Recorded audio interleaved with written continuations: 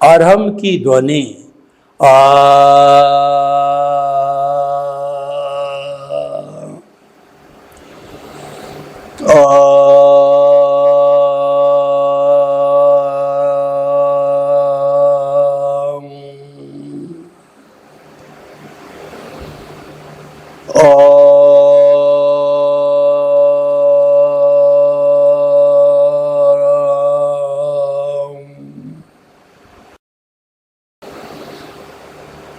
ओम की ध्वनि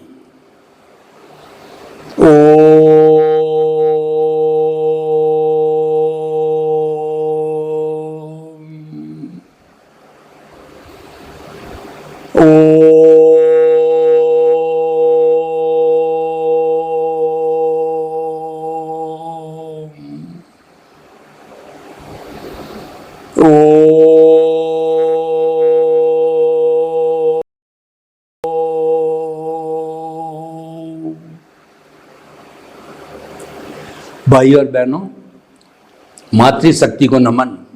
आज का हमारा अति सुंदर विषय है राग द्वेष पर कैसे नियंत्रण करें। हमें जो दुनिया में भटकाने वाला तत्व है, दुनिया में भटकाने वाली जो बुराई है, वह है राग और द्वेष। राग द्वेष दो शब्दों से बना हुआ है। एक शब्द में लावें तो वह कषाय कहलाता है, दो शब्दों में लावें तो राग द्वेष कहलाता है, और इसके चार कंपोनेंट्स के अंदर जोड़ें तो ये क्रोध, अहंकार, माया और लोभ कहलाता है। क्रोध और अहंकार है, ये दोनों जो है राग है, दोनों द्वेष है, और माया और लोभ राग है। ये चारों मिलकर के संसार कहलाता है, ये चारों मिलकर अशुद्धि कहलाता है।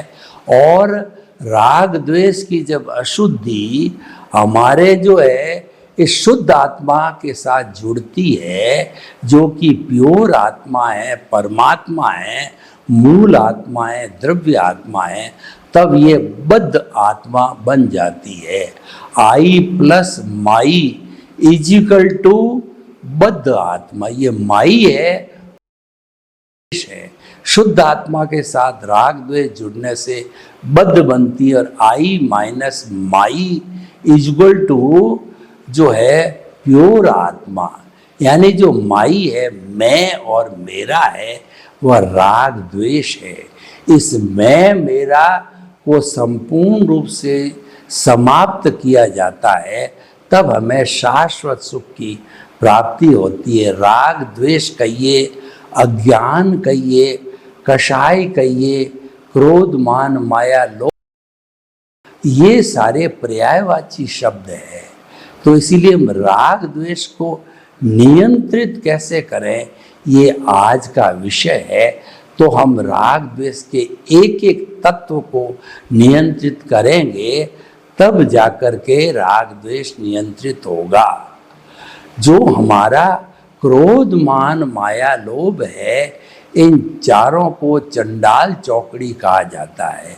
इनका जन्म जन्मांतर कि चारों में से एक कोई आत्म तत्व के साथ चला गया तो तीन जो है बैक डोर एंट्री से स्वतः ही उसके साथ में आ जाएंगे।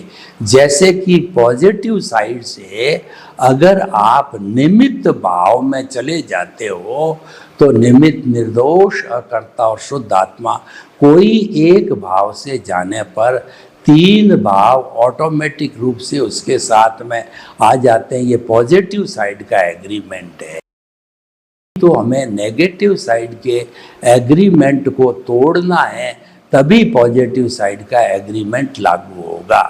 तो सबसे पहले क्रोध को देखें। क्रोध के जो आने से व्यक्ति जो है दानव बन जाता है, हैवान बन जाता है, और क्रोध एक तरह का जहर है। क्रोध के आने से आदमी की सुबुद्धि है, कुबुद्धि हो जाती है, शक्ति डाउन हो जाती है, ब्लड प्रेशर बढ़ जाता है और बीपी बढ़ जाता है और शरीर के अंदर हमारे नेगेटिव हार्मोन्स जो बढ़ जाते हैं।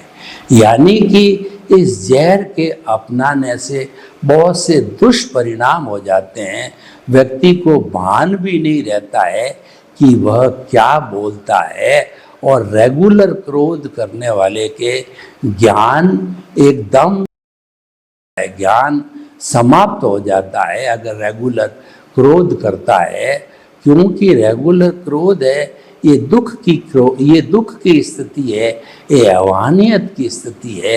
इसको हमेशा दूर रखना चाहिए और चारों जो राग द्वेष रूपी कषाय है इनको दूर रखना चाहिए, क्योंकि यही हमारी आत्मा को संसार के अंदर भटकाते हैं। तो क्रोध है एक दावानल है, क्रोध एक जहर है, इसको हमेशा दूर रखना चाहिए। अब हम क्रोध का समन कैसे करें, कुछ उपायों की बात करें कि जब व्यक्ति को क्रोध आ जाता है उसको मुंह में पानी भर लेना चाहिए और 10-15 सेकंड आधा मिनट तक वो पानी बाहर नहीं निकालना चाहिए, मुंह से थूकना नहीं चाहिए। तो 15-20 सेकंड या अधिकतम 1 मिनट में शांत हो जाएगा और उलझुलूल 1 मिनट में जितनी बातें बोलनी थी 1 मिनट की तू मैं तो मल्टीप्लाई होती रहती है, लेकिन पहला मिनट है वो बहुत इम्पोर्टेंट होता, वह रोकने से डिसकंटिन्यूटी हो जाती है। एक कारण ये है। दूसरा क्या, व्यक्ति को उसमें मौन कर लेना चाहिए। क्रोध आते ही तो क्रोध की अभिव्यक्ति वह अपने भीतर ही रह जाएगा, एक्सप्रेस नहीं होगा और उसका कुप्रभाव सामने वाले पर नहीं पड़ेगा। क्रोध जब आता है तो व्यक्ति को वो स्थान छोड़ देना चाहिए। अगर व्यक्ति जो है कमरे में खड़ा है तो उसको बाहर आ जाना चाहिए, बाहर खड़ा है तो भीतर आना जाना चाहिए। जब तक दो पक्ष आमने सामने हैं तब ये क्रोध रूपी द्वेष जो है वो झलकता नहीं है, एक्सप्रेस नहीं होता है, अभिव्यक्त नहीं होता है। दीवारों पर तो क्रोध किया नहीं जा सकता है। तो ये सारे क्रोध जो है नियंत्रण करने के है। और दूसरा, क्रोध, अहंकार, माया, लोभ, अगर चारों को नियंत्रण करना चाहते हैं तो एक रामबाण फॉर्मूला मैं कई वर्षों से उपयोग में लाता हूँ, वो आपको बताना चाहता हूँ कि जो हम ये सांस लेते हैं के अंदर व्यक्ति जो एकदम आनंद की स्थिति में है तो वह 16 सांस लेता है। एक श्वास को लिया और निकाला है, एक्सहेल और इनहेल है। एक ये 1 स्ट्रोक ऑफ द श्वास कहलाता है। ऐसे 16 स्ट्रोक व्यक्ति जो है 1 मिनट के अंदर लेता है। अभ्यास करके श्वास को भीतर लंबा लीजिए, बाहर लंबा छोड़िए, यानी श्वास की संख्या को हमें घटाना है तो श्वास को धीरे धीरे करके समतल सांस, लंबा श्वास, शिथिल श्वास। मैं आपको ये प्रयोग कराता हूँ। आप आंखें कोमलता से बंद कर दीजिए और जिस आसन में आराम से बैठ सकते हैं 5 मिनट आराम से बैठ जाइए। अपने हाथों की मुद्रा ध्यान केंद्र में कर लीजिए, की हड्डी को सीधा रखिए, आंखें कोमलता से बंद कीजिए। अब आप आते जाते श्वास को देखो। श्वास आ रहा है, जा रहा है। अब थोड़ा अभ्यास करके इसको 5%, 10% लंबा करो।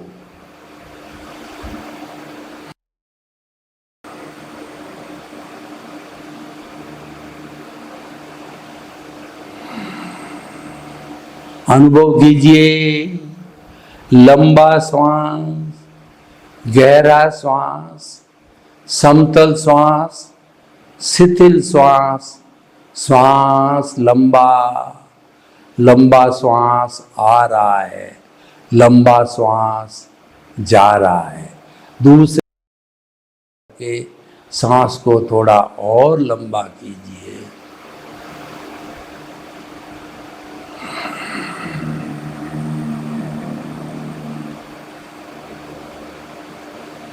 लंबा श्वास, शिथिल श्वास, स्थिर श्वास, समतल श्वास, ठंडा श्वास।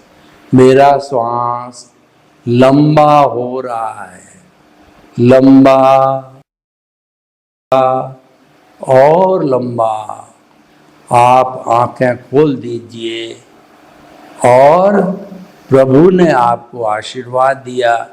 भीतर प्रभु विराजमान है, उसकी साक्षी से हमने प्रयोग किया। वो आशीर्वाद आपकी हाथ की हथेलियों पर आ गया है। उस आशीर्वाद को अपने सिर पर लगा करके प्रभु का आशीर्वाद लीजिए। यानी कि हम अभ्यास करके फिर नापें कि श्वास 1 से 14, 12, 10, 8, 10 भी हो जाता है, 8 हो जावे तो बहुत सुंदर बात है। तो मैं आपको जो है 50 रुपए के स्टाम्प पर लिख के दे सकता हूँ, गारंटी ले सकता हूँ। आपको न तो कभी क्रोध आएगा, न आपको अहंकार आएगा, न माया आएगी, न लोभ आएगा। आप में वैराग्य की वृद्धि हो जाएगी और आप एक अच्छे साधक बन जाओगे। उसके साथ में देखना चालू करोगे तो आपके सम्यक तप हो जाएगा और केंद्र में प्रभु को विराजित कर दो तो प्रभु का जो वरदान सम्यक ज्ञान, सम्यक दर्शन आपको मिलेगा। उसका उपयोग करोगे तो मिथ्या ज्ञान, मिथ्या दर्शन और मोहनीय कर्म का जो है वो जो मिटता रहेगा, वो इरेज होता रहेगा। और आपका जो आर्ट ऑफ द विजन हाथ में बना है, उस आर्ट ऑफ द विजन में सम्यक ज्ञान दर्शन का डेवलपमेंट होता रहेगा और कुछ ही जन्मों में आप सिद्ध बुद्ध और मुक्त बन सकते हो। ये बड़ा प्रयोग, सॉलिड प्रयोग है। मेडिकल साइंस की तराजू पे तोला गया, साधकों के द्वारा तोला गया। और आपको ध्यान होना चाहिए कि लोग समाधि लेते हैं, वो 1 मिनट में एक ही, यानी वो अपने श्वास को कपाल के अंदर रोक लेते हैं, वो अंतः कुंभक करते हैं। ऐसी ताकत हर एक की नहीं होती है, लेकिन जो मैं प्रयोग करा रहा हूँ आपको, ये सामान्य गृहस्थी कर सकता है। एक सामान्य गृहस्थी उच्च दर्जे का साधक बन सकता है और वह भी मुक्ति को जा सकता है। तो भाइयों और बहनों, क्रोध का बताया और मैंने ओवरऑल आपको बताया। अब अहंकार कब आता है कि जब हम अपने से छोटे को देखते हैं तो हमारे भीतर जो है अहंकार की भावना होती है, और जब अपने से बड़े को देखते हैं तो अहंकार विलय हो जाता है। अहंकार हमारे में सुपीरियरिटी, और बड़े को देखते हैं तो इन्फीरियरिटी करता है, और छोटे को देखते हैं तो सुपीरियरिटी है। तो उसकी एवज के अंदर हमें क्रोध को क्षमा भाव से जीतना चाहिए। यानी कोई व्यक्ति हमें क्रोध करवाता है, उसको क्षमा करो, क्षमा करो, क्षमा करो। क्रोध को हम क्षमा से जी सकते हैं और अहंकार को मृदुता से भी जी सकते हैं। यानी कि कोई हमारा अपशब्द बोलता है, हमारा अनादर करता है, हमारी डी वैल्यू करता है और हमारी योग्यता से हमको नीचा बताता है, तो अहंकार लग जाता है। तो ऐसी स्थिति में मृदुता का उपयोग करना चाहिए। हाँ भाई, तुम ठीक कह रहे हो। मैं तो जो विनय भाव से कहना चाहिए, मैं तो पूर्ण अज्ञानी हूँ, मैं तो कुछ नहीं जानता।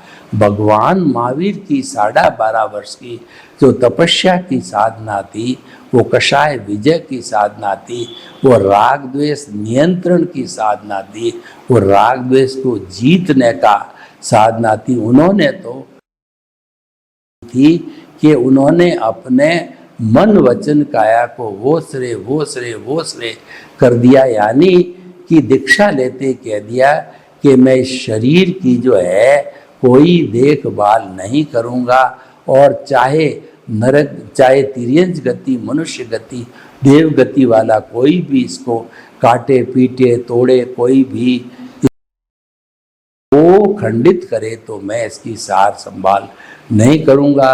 वो आत्म प्रदेशों के अंदर चले गए थे और वो एक विशिष्ट ज्ञान की परिभाषा के अंदर चले गए थे। तो भाइयों और बहनों, मैं आपको बताना चाहता हूँ, हमें अगर शाश्वत सुख को प्राप्त करना है तो शाश्वत सुख की प्राप्ति करने के लिए हमें हर हालत में को जीतना पड़ेगा। तो क्रोध की बात के अहंकार को मृदुता से जीत सकते हैं, विनय से जीत सकते हैं। आप अपने भीतर जो है ये महसूस करो कि मैं दुनिया का सबसे छोटा आदमी हूँ, कोई आपको डिवैल्यूड करता है तो आप क्लियर करो परम विनय से, मैं अज्ञानी हूँ, मैं कुछ नहीं जानता, ये ज्ञान दीजिए। तो उससे हमारा अहंकार का विसर्जन होता है और साथ में श्वास को लंबा करने का प्रयोग क्रोध, अहंकार, माया, लोभ सबके विजय के लिए ये रहना चाहिए लागू।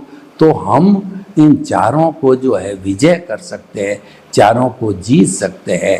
अहंकार एक सबके अंदर पावरफुल जो है हमारी बुराई है। हमारा जो अंतःकरण बनता है चित्त और अहंकार के द्वारा बनता है। मन होता है वो पैम्पलेट निकालता है और बुद्धि को देता है। बुद्धि नाचती है, उसके ऊपर निर्णय लेना चाहती है पर वो निर्णय ले नहीं पाती है, तो वो चित्त को देती, चित्त विजुलाइज करता है, उसके फोटो खींचता है और उन को अहंकार को दे देता है। वो 2, 3, 4, 5 जितने फोटो होते हैं उस पे अहंकार एक पे साइन कर देता है, तो वह नियम बन जाता, वो क्रियान्विति हो जाती है। क्योंकि अंतःकरण का जो है, जो राष्ट्रपति है वह अहंकार है। तो सुख कौन भोगता है? अहंकार भोगता है, अहंकार भोगता है। और सभी तरह की अच्छाई बुराई भुगतने वाला अहंकार होता है। क्योंकि ये हमारा शरीर है, ये तो जड़ है बेचारा, इसमें संवेदना है ही नहीं, तो कहाँ से वो भुगतेगा। और दूसरा जो संवेदना वाला तत्व है वह हमारा अक्रिया है। तो जो प्रतिष्ठित आत्मा है, उस प्रतिष्ठित आत्मा मिश्र, हमारा अहंकार मिश्र चेतन है, वो प्रतिष्ठित आत्मा का हेड है। इसीलिए हेड व्यक्ति होता है, वही भुगतता है। तो सारा भुगतान होता है अहंकार को होता है। मैं आपको उदाहरण दूं कि 1 करोड़ रुपया आपकी तिजोरी में पड़ा है, तो क्या तिजोरी उसका सुख भोगती है? नहीं। और क्या आपकी जो आत्मा है वो तो अक्रिया है, उसकी तो केवल उपस्थिति नहीं है, वो तो निर्विचार है, वो उसका सुख भुगतेगी? नहीं भुगतती। तो कौन भुगतता है? भीतर बैठा अहंकार भुगतता है कि मेरे पास 1 करोड़ रुपया है और मैं चाहे जैसे वस्तुओं को, व्यक्तियों को, पद को, प्रतिष्ठा को खरीद सकता हूँ, समाज मेरी जेब में है, ऐसा वो अहंकार करता है।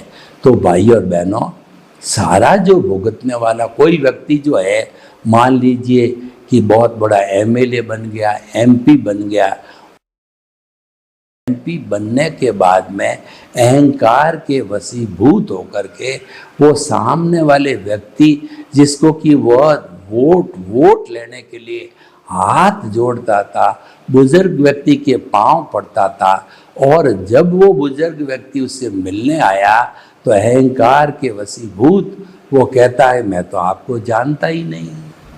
जैसे माता लड़के को इतना बड़ा करके आईएएस आईपीएस ऑफिस बना के कलेक्टर बनाते हैं, और वही कलेक्टर बेचारे अनपढ़ माता पिता उसके ऑफिस के अंदर आ जाते हैं कोई काम के लिए, तो वो लोगों को कहता है कि ये मेरे संबंधी नहीं है, जबकि उसके रियल माता पिता होते हैं वो।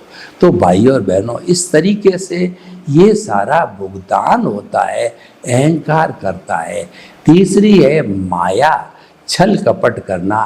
पति झगड़ा मायावी व्यक्ति करा देता है, पति को जाके कहता है कि तुम्हारे पत्नी जो है वो और लोगों के साथ में घूम रही थी, और पत्नी को जाकर के कह देता है कि तुम्हारा पति फला फला लड़कियों के साथ में घूम रहा था, और उसके जो गलत फोटो भी उतार लेता है और दोनों को भिड़ा देता है, दोनों में संशय पैदा करते हैं, और उनके बीच का प्रेम, उनके बीच का विश्वास टूट जाता है, एक दूसरे के दुश्मन, डिवोर्स तक भी हो जाता है। तो भाई और बहनों, तो देखिए कि हमारे जो है जितने ये कॉम्युनल हार्मोन्स होते हैं वो ऐसे जो बैक बाइटर्स लोगों की वजह से ही होता है। वो लोग क्या होता है कि अपना, जैसे हमारी राजनीतिक पार्टियां हैं, अपना उल्लू सीधा करना चाहते हैं, तो वो जाकर के मुसलमानों का ताजिया निकलता है तो वह हिंदू लोगों को जाकर के कह देता है कि आपकी जो है ये रथ यात्रा निकल रही है और ताजिया है, तो आपके कहीं अटके तो उसको तोड़ देना, फोड़ देना। तो दोनों में कॉम्युनल हार्मोनी करा देता है। उसके अंदर जो है ऐसे लोग होते हैं, स्वार्थी लोग होते हैं, अपने स्वार्थ के लिए कुछ भी करा सकते हैं। जो मायावी होता है, बैक बाइटर्स होते हैं, वो लोग यही काम करते हैं कि वो झगड़ा पैदा कर देते थे, भाई भाई के बीच में, व्यापारी व्यापारी के बीच के अंदर, और जो है दोस्त दोस्त के बीच में, पार्टी पार्टी के बीच के अंदर, जिनमें अच्छी मित्रता हो उसमें दरार डाल करके उनको शत्रु बना देता है। वो ये माया करवाती, संसार को भी माया कहती है। कहा जाता है कि व्यक्ति इस माया में अनुरुक्त होकर के भगवान को भूल जाता है। तो रहीमदास जी ने ठीक कहा कि दुख में सुमिरन में करे ना कोई, जो सुख में सुमिरन करे तो दुख गाये का हो। जब लोगों के दुख आता है, तकलीफ आती है, तब वो सुमिरन करते हैं, ईश्वर मेरी मदद करो और मेरे इस दुख को जो है दूर करो और मुझे सुख की प्राप्ति हो, ऐसा कार्य करो। तो वह अगर सुख की स्थिति में भी प्रभु को स्मरण करता है तो प्रभु हमेशा उसके साथ रहते हैं। तो दुख में तो उनकी मदद करेंगे ही, और दुख में तो यानी सुख हो हमारे सब बात का सुख होने के समय भगवान को नहीं भूलना, परोपकार, लोक हित और जो लोक कल्याण जय जगत की बात को भूलना नहीं है। और परहित सरिस धर्म नहीं भाई, पर पीड़ा सम नहीं अदमाई। ये क्या है? ये ईश्वर भजन के बराबर ही है। नर सेवा नारायण सेवा। सुख की स्थिति में होते हैं जब हमारे पास साधन होता है, हमारे पास सरप्लस मनी होती है, तो हमें नर सेवा, जीव दया ये करना चाहिए। क्या है? ये प्रभु का नाम ही तो है, वो हमको करना चाहिए। तो इसीलिए भाई और बहनों, माया से दूर रहे। माया छलती है, माया लड़ाती है और माया भेद पैदा करती है। और चौथा है लोभ। लोभ के लिए नर की लालसा और पाम रोग की खाज, लोभी की धन लालसा और तीनों बेअंदाज। एक व्यक्ति विषयी होता है, वासना करने वाला होता है, तो वह दुर्वासना में अनुरक्त होता है, उसका शरीर स्खलन हो जाता है, वो कमज़ोर हो जाता है, तो भी वो अय्याशी नहीं छोड़ता है। और किसी व्यक्ति के पाम रोग की खुजली होती है, वह भी जो है खुजली करता रहता है, भी अवश्य के वशीभूत होकर के और धन इकट्ठा करता रहता है।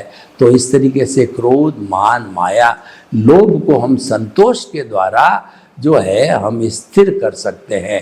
गोधन, गज धन, बाजी धन और रतन धन खान, जब आवे संतोष धन, सब धन धूरी समान।